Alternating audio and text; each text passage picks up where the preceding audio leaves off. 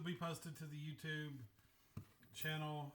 Probably be later on this evening. I've got to get back to work right after this, so it's a little bit of a process to post that. I know we've had one or two problems, maybe not in this class, with viewing that YouTube content. To me, it just seems like a pretty sure thing. I think everybody uses YouTube these days, so and it can be saved there. It can be referenced, and I don't know. This is neither here nor there for y'all, probably, but the way I understand it, Blackboard's going away next semester, and we're getting a new form. Yeah, it's a new form of software. It's supposed to be better. I'm not trying to freak you out, Jukora, but that's what they tell me. I'm a new guy. This is my first semester, so if we're losing Blackboard anyway, I'm kind of like, why am I loading all this stuff on it? Let's just put it on YouTube. So that is that. So we'll have these posted later. This looks like pretty good attendance so far. We're missing maybe about half of us, and I get that. So the purpose of these sessions on Monday is to kind of outline the week, talk about what y'all need to be looking at, what y'all need to be reading, what y'all need to be consuming. And then Thursday, maybe we have more of a discussion. I would like you to come back Thursday with maybe any questions you might have. And let's have more of a discussion. I think that way we can wrap up before you then sit down on Friday to write your discussion post, or whenever you write them. I did most of my graduate degree online with the exception of one class. I was that guy that was writing my discussion post on Friday, not necessarily because I was trying to wait to the very end to have consumed all I could consume. I was usually just up against deadlines. So I know what it's like to be running late. I sent out an announcement the other day. Don't pay any attention to your grade book yet. I'm going to get that organized this week. There's some assignments in there that don't apply. It's all kind of a shell that I inherited. There's not any grades in there yet anyway. So if you looked in there and saw some stuff that you didn't see on the syllabus, don't freak out. I just have to spend some time this week getting the grade book and the syllabus to jive together. I think that is it. Let me try to get started here. I'm going to just 1 second. All right, you are going to be able to see my screen. You should be able to. Okay. All right, can y'all see my screen? Somebody tell me. Okay. All right. Because when I'm doing this, I can't see y'all, so I just needed to know.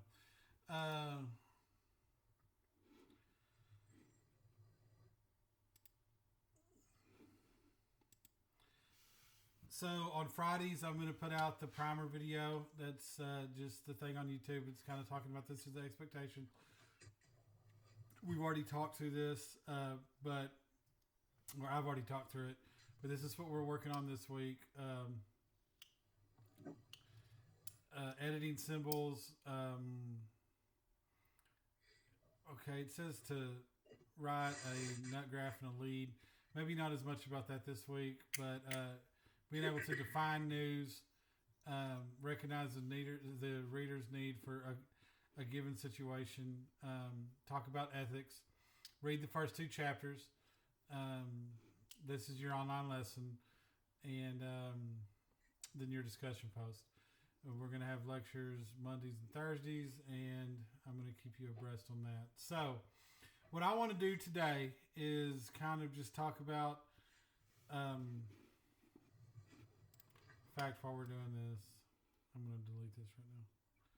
We're not going to write nut graphs and leads this week. So that's gone. Okay.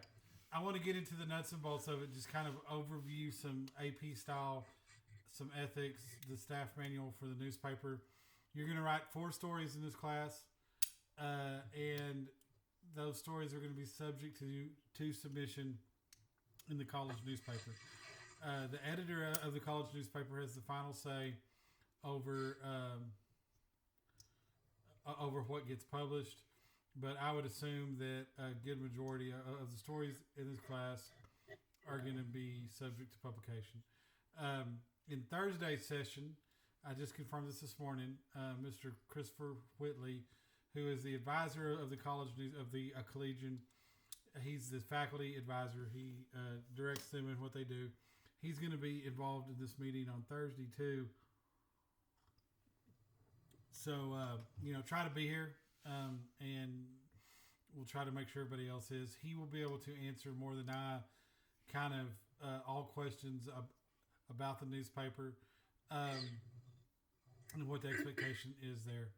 The key thing is right now, I got a couple emails the first week saying kind of people freaking out about how do I choose stories and what to write about, and I don't know what to do, and I don't live here, and I can't make it, and that's all fine, but it's no need to freak out now. We're gonna get to all that. We're gonna ease into all that, and you're gonna find out that there's plenty of topics on which to write about.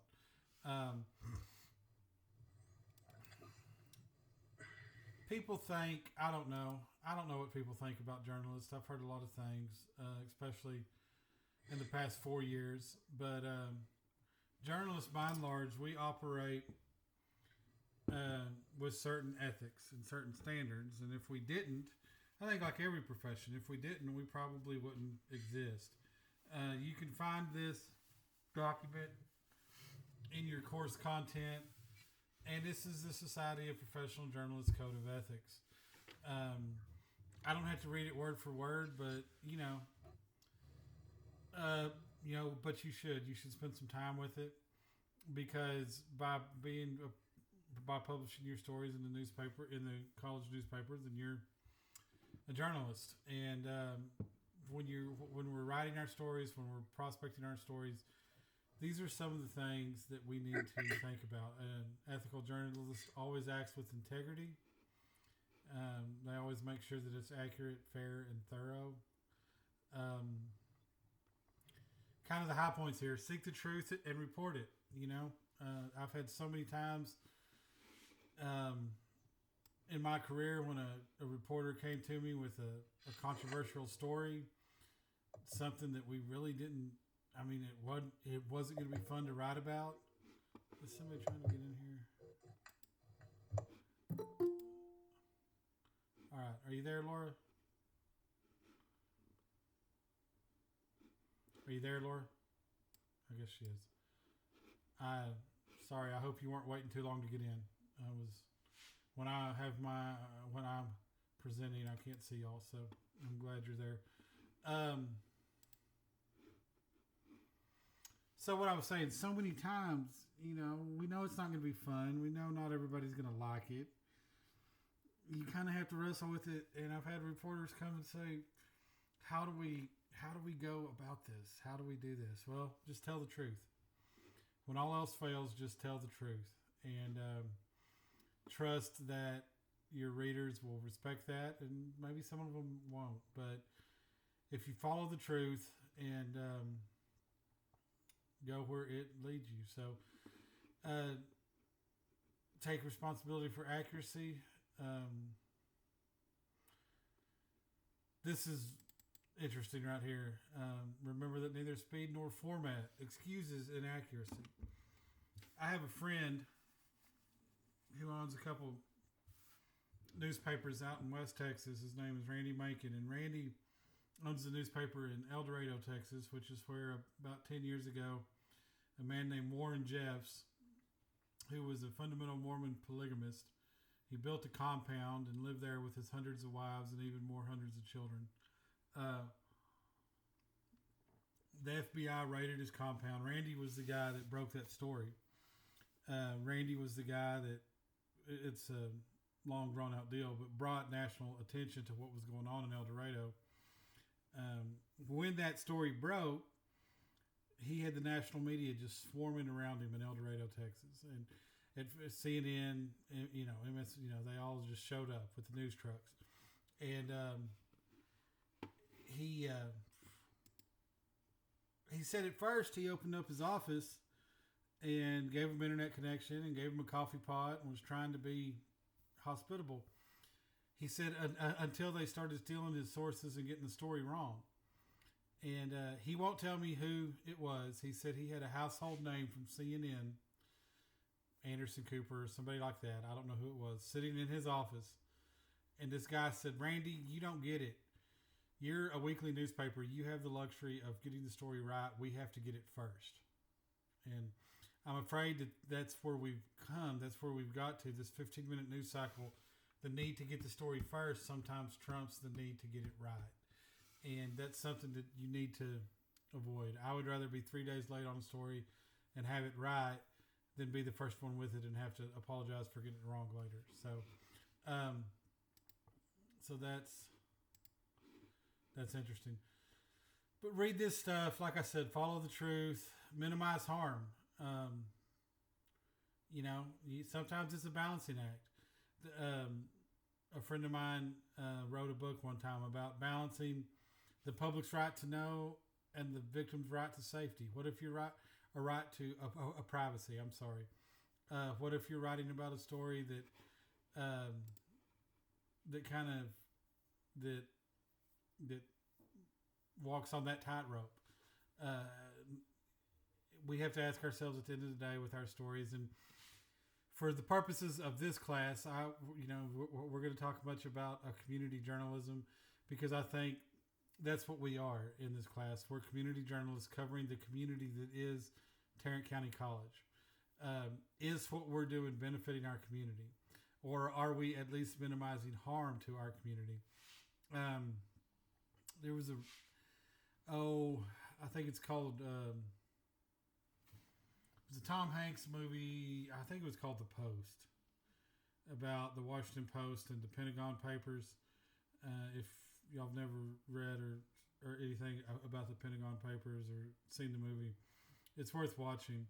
I'm looking up here. Yeah, it was The Post.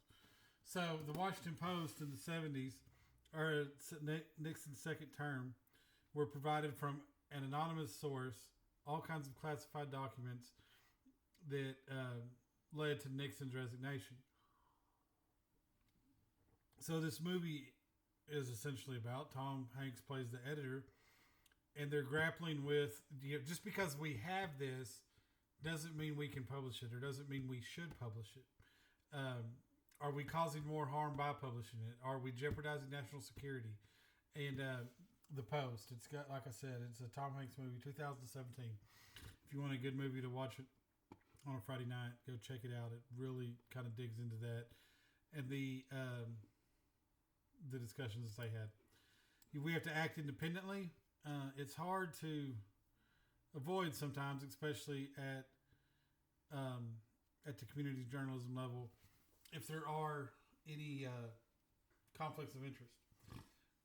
But you should disclose those. I don't know. I listen to NPR, and a lot of times, if they're reporting a story about Facebook, they always lead it saying we should mention that Facebook is one of our financial sponsors. Here in the community, in one of our communities where I'm the newspaper publisher, we cover 4 local school districts, and at one of these school districts, my brother is on the school board, right? So if I go cover anything having to do with what that school board does, then I should ethically disclose, hey, my brother is on the school board here. So you want to avoid conflicts of interest wherever you can, whether they're real or whether they're perceived. There's no conflict of interest with my brother being on the school board there, because anybody who knows my brother and knows me knows that we're 2 different men, and he's going to do what he's going to do, and I'm going to do what I'm going to do, and whatever he does is not going to affect the work I do.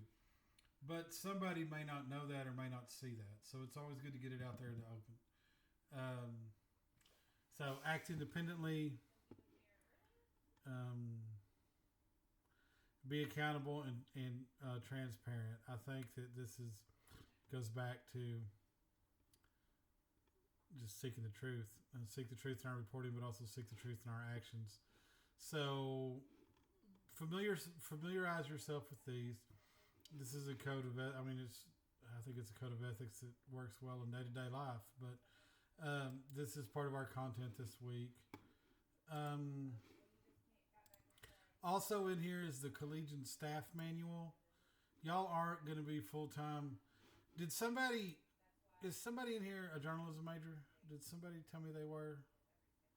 Gilberto. Are you on the staff of the newspaper yet? As a journalism major? Not yet. Not Or yet. not that I know. Okay. Is this your second semester or first semester? Where Uh, are you at? yeah. No, this is like my third year around there. Okay. All right.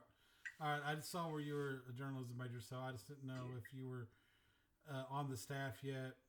This course may be a prerequisite to being on that staff. I don't really know, but okay, I it think is. so.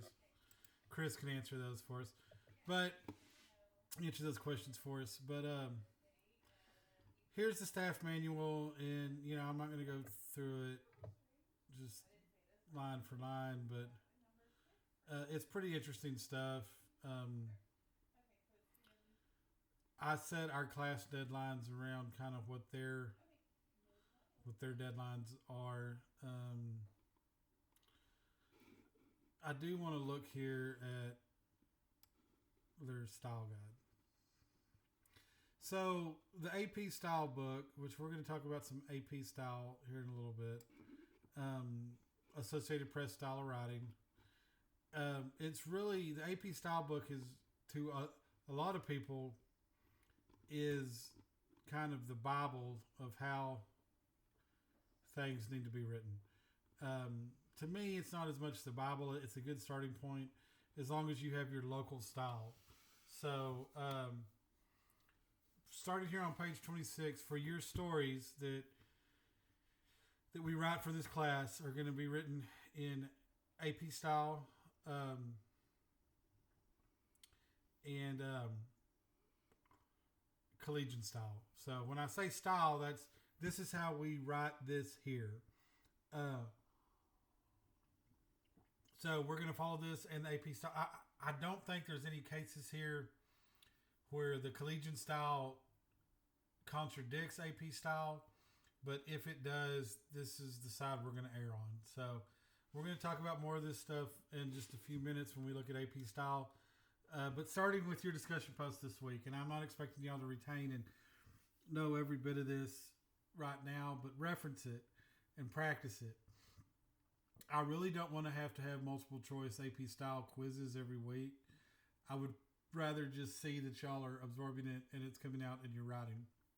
If it gets to a point where I feel like we have to have quizzes, I can sure put that in, but I really don't want to. So I'm going to grade your discussion posts each week for content, but I'm also going to grade it for style. And, I'll be, like I said, I'm not expecting you to know everything this week, but we get 8-9 weeks into this. I need to see a progression to, to the right style. And I'm going to point out those style mistakes to you each week. We don't. So here's just some basic. This is the collegian style guide. We don't. Days of the week are never abbreviated. Months, February, August through February, are abbreviated only when followed by the date. March through July are never abbreviated, so that's March, June, and July. Pretty much that's a typography thing. These months they have less letters than the others. So February 2nd, 2019, this would be how if you were to write that date in a story, and I'll get you a list of the month abbreviations. I mean, January is JAN period, FEB period. March, April, May, June, July. August is AUG period. September is SETP period. October is OCT period. November is NOV period, and December is DEC period. You don't abbreviate the month if it's not in a date format. So instead of saying February 2nd, 2019, if we were to say just something happened in January 2019, this would be the correct way to put it. AP style used to tell us to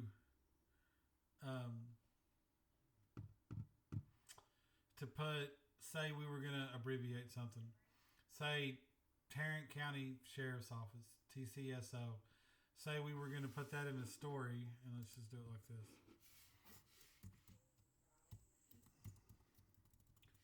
spell.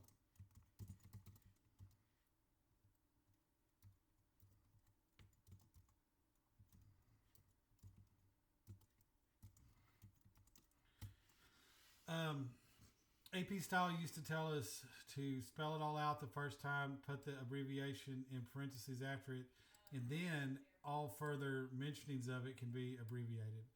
They're telling us that that's not really required anymore, and that's what the Collegian is going with. You don't need to put the acronym in parentheses after the thing's spelled out. AP says it's not necessary anymore. This is a local style thing. This is how we, if you're talking about the Northeast Campus, Northwest Campus, TR Campus, SE Campus, these would be every time you refer to them in a story, you don't have to write out Northwest Campus or whatever. These would be, for purposes in the Collegian, this would be how we refer to those campuses. We don't have to put the before the campus name either. So that's a word we don't need. This is more stuff about local stuff, the 4-letter building abbreviation. If you're given a room number, in all other cases, you spell out the building name. So this is all campus stuff. Familiarize yourself with this. Time. When you're in this jives with AP style too. Never do this. Never put, if it's just 9 o'clock, never put the colon and 00.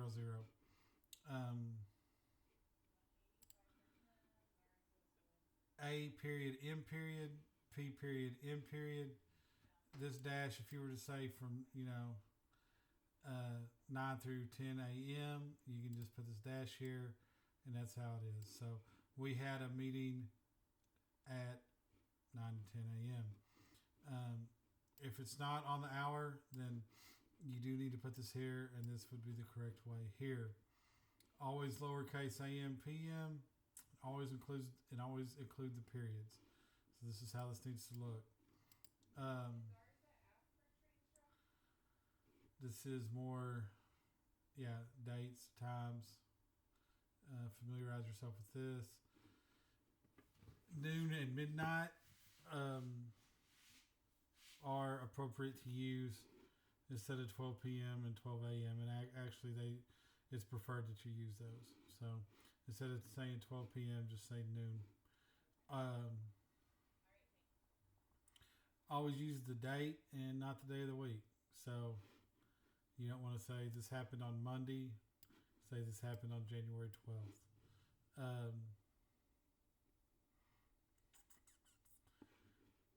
Use the order of time, date, space. The meeting will be at 12 p.m. August 4th at this. So time, date, space. Always talk about the time, the date, and then where it happens. Special points. Space one time after periods and colons. I think this is kind of going the way of the typewriter, but at one time you were taught to put two spaces after a period. That's not the case anymore. Period, space, keep on going. We don't need two spaces. Never start your stories with a date. Do not use on before the date. The meeting will not be January. Make sure I'm reading this right. Yeah. Never use on a date. So the meeting will be January 3rd. It will not be on January 3rd. Okay. This is one of my pet peeves. Never say something will be happening or I will be doing. Instead, just say I will or we will do or it will happen. Sportscasters are really bad about this. He'd say he would go on to rush for 100 yards. No, he went on to rush for 100 yards. He would do something. I mean, it doesn't make any sense. So instead of will be, just say will and make those shorter words. numerals 1 through 9. You spell them out. ONETWO 1 through 9. You spell out. After that, you use the numerals. So from the number 10 up to infinity, you actually use the numerals. An exception to that is when you use a number to start a sentence, you can spell it out. I generally don't start sentences with numbers just because I don't know. You can, but I don't. This is another one too. Never say the first annual. Annual shows that it's happened and it's going to happen again. How do you know if it's the first something that it's going to happen? Maybe we have a pandemic and it doesn't become annual next year. I don't know. I tell my writers, instead of first annual, say inaugural. If you want a word beside first, say inaugural. That means it's the first of something. Punctuation. IT apostrophe S always means it is. So if you're not trying to say it is, then don't do this.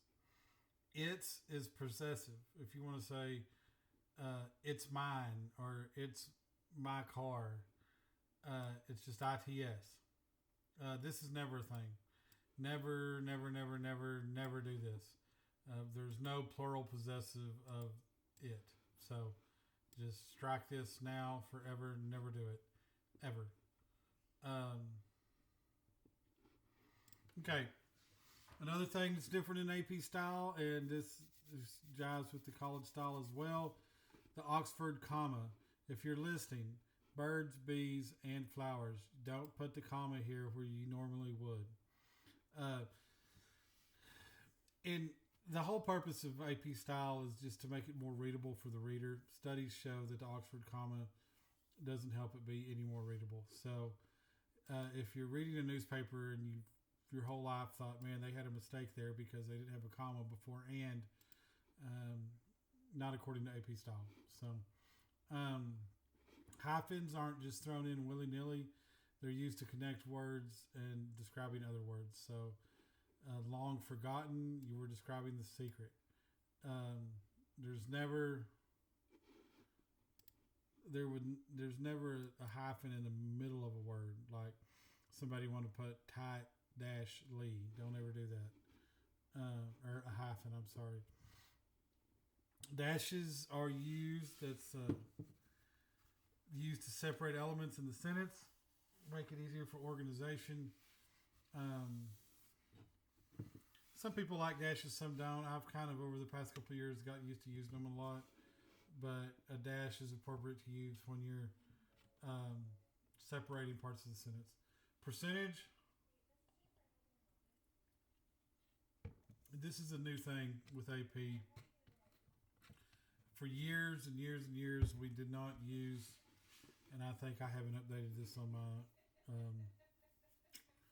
my PowerPoint that we're going to get to in a minute, but I can do that and reload it. For years and years and years, we used to say to spell out percent. If you were going to say 99%, you'd spell it out with a lowercase p. Now AP is telling us to use the percent symbol. That's the thing about the AP style book. They do update it every year, and things change as language changes. So your 2018 style book may still say to print it out, to type it out, and I still kind of would rather type it out, but that's what the AP has said we're going to do. So, and more importantly, that's what the Collegian Staff Manual says to do. So just use your percent sign. Periods and commas go inside quotation marks. Inside the quotation mark. Inside the quotation mark. Never outside. Here's another good one for, and this jives with AP too. If you are titles on first reference, use the first and last name as well as their title. After that, only use the last name. We put an exception on this with children, but if you were going to say, well, here's an example. Chancellor Eugene Giovannini, however we pronounce this. The first time you refer to him in the story, you're going to give it like this or like this. This is fine too. After that, you're just going to refer to him as Giovanni. And if you have somebody, say you're writing a story and then they have the same last name. So you're writing about Chancellor Giovanni,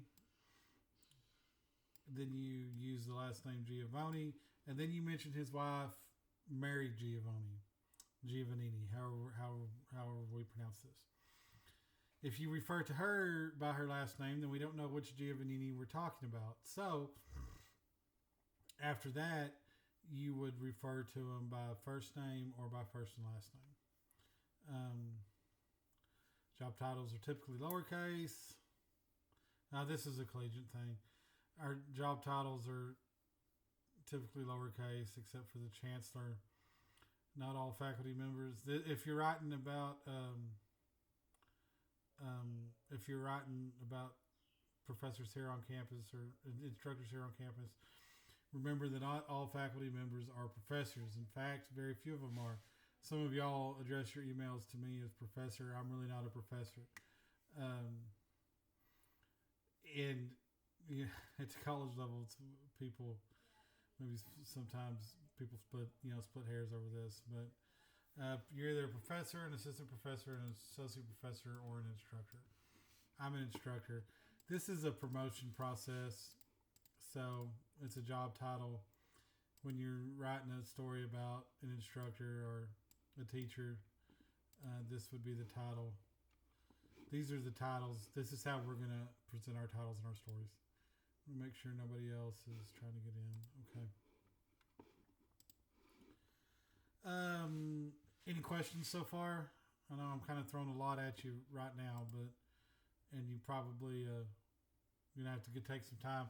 And even you go back and read it a few times. I mean, this is all habit building, right? I'm not expecting you to, on your first discussion post this week, be impeccable AP style. And in fact, I'm not necessarily expecting it to be impeccable on your last story, because that's why we have editors, right? But I do want to see some effort to make that progression to be more accurate with our local style and AP style.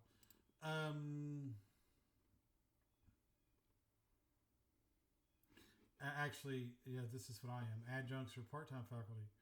So they're always listed in your story as an adjunct instructor. There is no such thing as an adjunct professor. This is an AP style thing. You don't ever use doctor before name unless it's a medical doctor. Academic doctorates don't count. And we don't ever put titles like Mr., Mrs., and Miss. AP style says we don't use those titles. Ironically, there's one newspaper in the country that does use Miss, Mr., and Mrs. It's the New York Times. The New York Times is, for whatever reason, I mean, they're the New York Times. They can do what they want. If you're, there are several of those. But then again, that's where they've decided this is what we're going to do. It's not what AP does, but this is what we're going to do. It's our local style. And if you're talking about a course name in a story, capitalize the full course name. Don't ever capitalize semesters, like fall semester, spring, whatever. Don't ever capitalize AM and PM. And divisions and departments, history, social sciences, whatever. Don't ever capitalize those. I'm going to ask Chris about that, though, because I have always capitalized it if it's maybe the English department.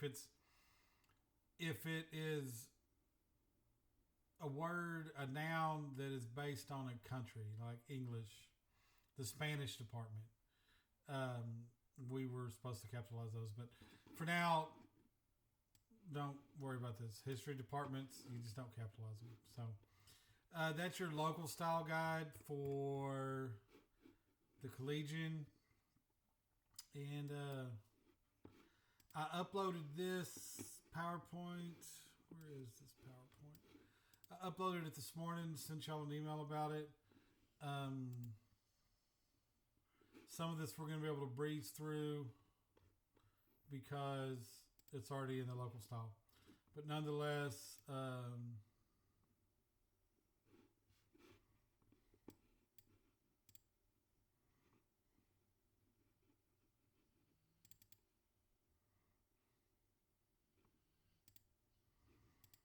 don't have PowerPoint on my home computer, but it's going to open up in Mac's version here. This is more stuff to be thinking about, just style wise, and definitely reference this as we get going here.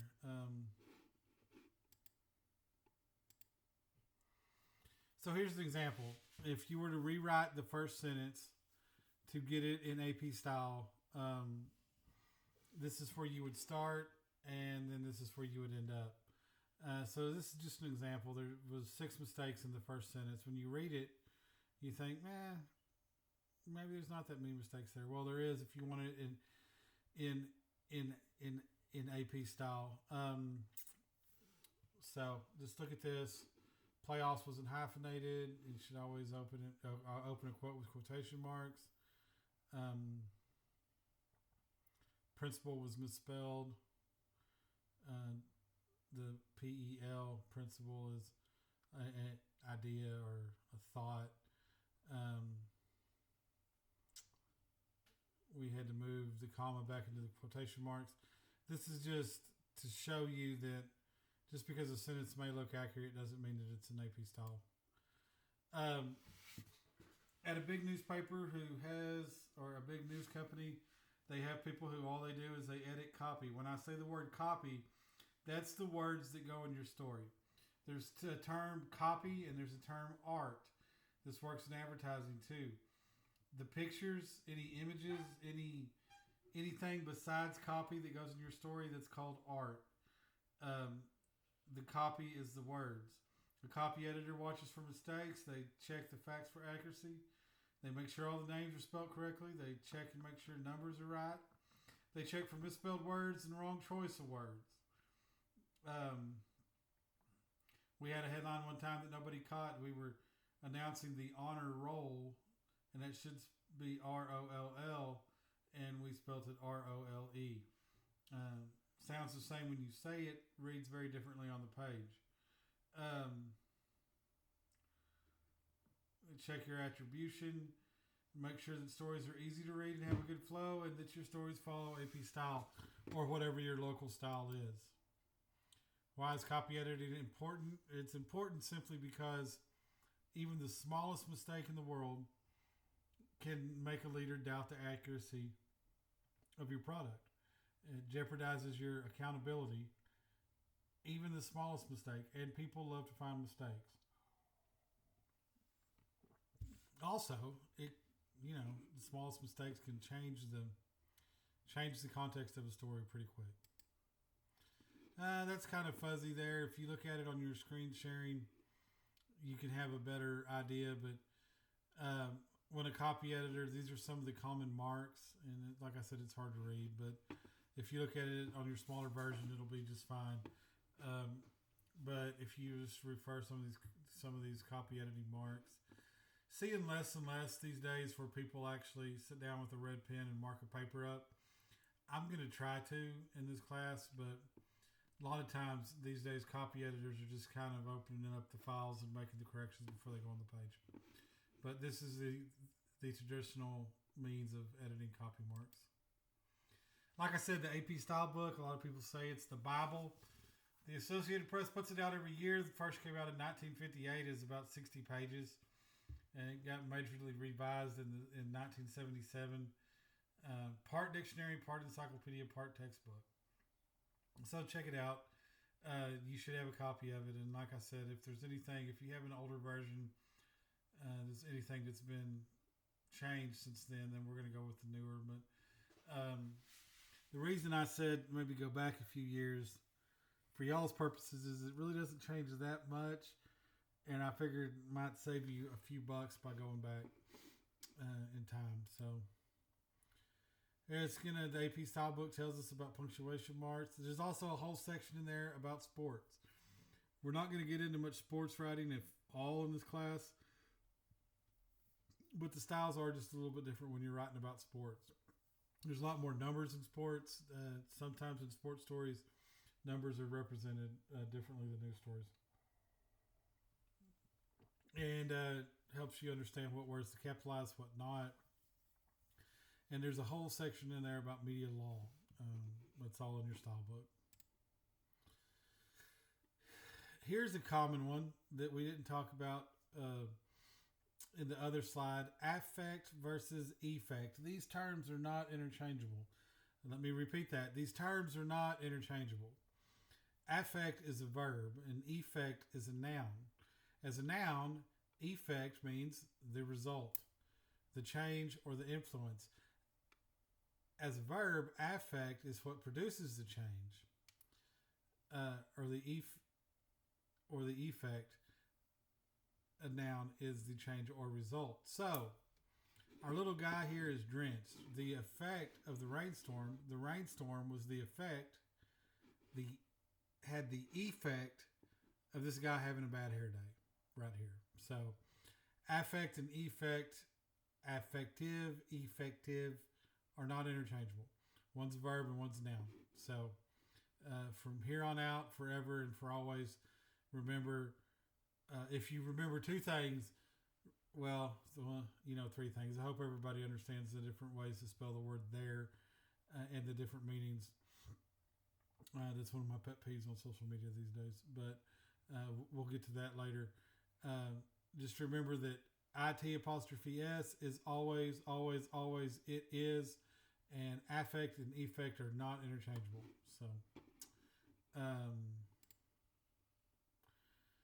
back to the AP style book. It's organized alphabetically by category. Oh, here's another one. Publications are in italics.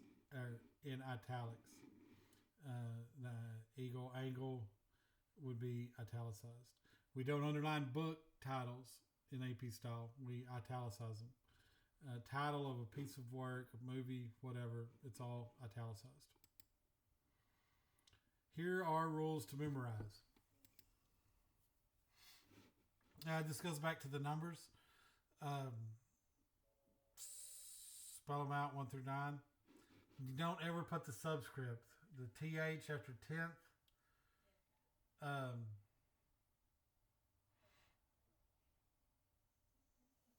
Well, you don't do it as a subscript. You don't make it smaller. You would just leave it just like that. Lowercase. You're not going to spell out TENTH. You're going to put the TH at the end of the numeral, but you don't. A subscript is where you make it smaller and elevate it on the line. You don't do that. So this would be the correct response right here. Spell out whole numbers. Use numerals or figures for 10 and above. We already talked about that, unless it's at the beginning of the sentence. But like I said, reword it if at all possible. Try not to start your sentences with a number. I'm trying to get through this here. I don't want these sessions to last more than an hour. So, and I'm sorry, I haven't updated this since updating the style book. I need to fix this. Y'all can note that on your own, that now we are using percentage marks instead of spelling it out.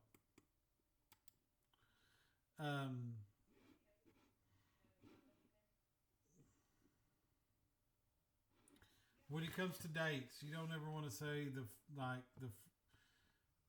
numeral 1 ST, the 1st of January, the 2nd.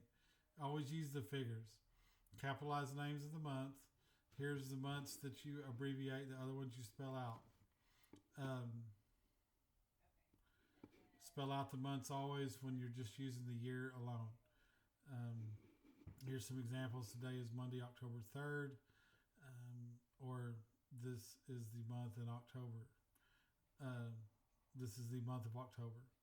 If you were to say this, we're in the middle of October 2021, then you would spell out October and not abbreviate it. Want a phrase list, a month, a day, and year, set it off with commas. That's pretty standard in most forms of writing. Like I said, this is what the times look like. A period, M period, P period, M period. Don't ever capitalize them. Make sure they have the periods. Try to avoid any kind of redundancies if you can. 8 a.m. in the morning, you don't need in the morning. It just should read 8 a.m. You don't need those words in the morning.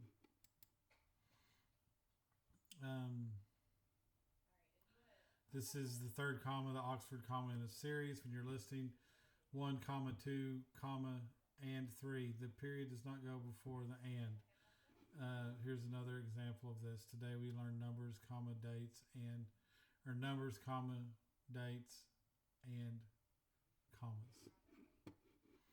We don't need the Oxford comma. This is more of it versus it's versus its. Just remember that IT apostrophe S is a contraction. It always means it is. If you're not trying to say it is, don't use the apostrophe. So this is more of that. The possessive form of its is ITS. So the team lost its starting quarterback. No apostrophe needed. This is more about titles. I think we've gone through most all of this. You can refer back to it if you have any questions. Exclamation points. Here's the rule on exclamation points. Don't use them. If I could put an exclamation point behind that, I would. Don't use them. I know they show up a lot in text and in internet language, but don't use them. Just don't. It's hokey and it's silly, and don't use them. So,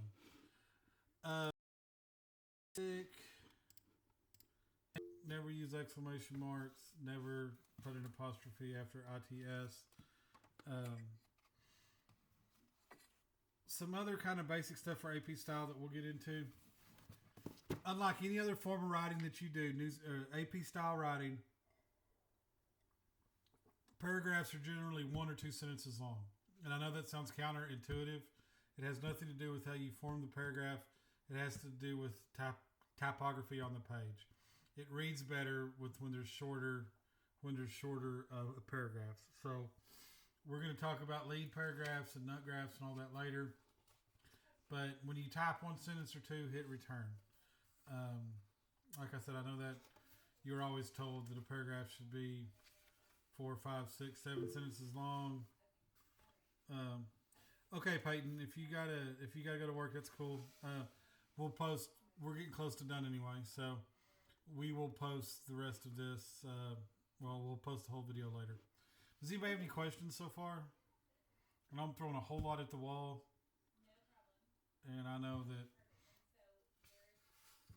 I may be overbearing on some of this stuff, but it's just what I do. Short paragraphs, 1 or 2 sentences, never more than 3 sentences in a paragraph. That's one thing. I want you to remember too, anybody, I don't know. I've been with Mason all morning, so I'm going to ask him, what do you think the average reading level in this country is of adults? Just take a guess. 24. 7th grade is the average reading level of the average adult in this country. Newspapers and news media were produced for average people to read. It's not academic writing. It's not Faulkner by any means. So I say that to say we need to write sentences and write ideas that people are going to understand.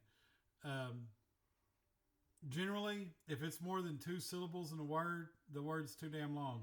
Don't use it. It's short words, short sentences. Get your points. Get your points across. So that's why I say in our discussion post, we don't need any unneeded words. But we do need the words that we need. So words are good, but short sentences, concise ideas, and this is all stuff that's going to grow over time. But if it's like I said, generally, if it's more than two sentences, if it's more than two syllables, I tell people find a different word. What else? Syllables. Yeah, commas. A lot of times, we have been taught about compound sentences, and me and Mason and Laura were going to go over here, comma, but it rained and we couldn't go. That's fine. If you turn in a sentence that's got so many clauses in it that there's multiple commas, I say break it up and write two sentences. It's so much easier to understand. So I'm throwing a lot at the wall right now, and I don't want to keep y'all more than about an hour. I know y'all probably got to grab some lunch. I got to get back to work. But look at these PowerPoints. Look at this stuff. And I'm going to be looking at y'all's discussion post and kind of coaching y'all through the AP style of this. As far as the textbook goes, give it a read. This thing is actually, I haven't really looked at a journalism textbook in a while. And this one's pretty entertaining. A lot of times it looks more like, if y'all have looked at it yet, I don't know. It looks more like a comic book. There's a lot of art and pictures and a lot of history here. So, the first chapters here, the birth of journalism, make sure you get a read on that. News in the 19th century, yellow journalism, that's important. How news has changed this century, and the changing media landscape today. I mean, this has never been a more relevant time. This kind of ties in with some stuff I'm teaching in some other classes about how things have changed, whether social media or by any other means. I will say this, though. No matter the media by which the message is delivered, the news message is delivered, whether you see it or hear about it on television or you read about it in a newspaper or in a magazine or on social media or on a website, none of that matters on the writing side of it. Good journalism, good story writing is still relevant and it's always needed. So you may leave this class and never go to work at a newspaper, although I would encourage you to, because it's the best first job in the world. Appropriate media writing that you're going to learn in this class is going to help you whether you ever work at a newspaper. If you maintain a social media account, it's going to help you. It's important. Like I said, whether you ever go in the business or not. What is news? There's a good section there. What do readers read?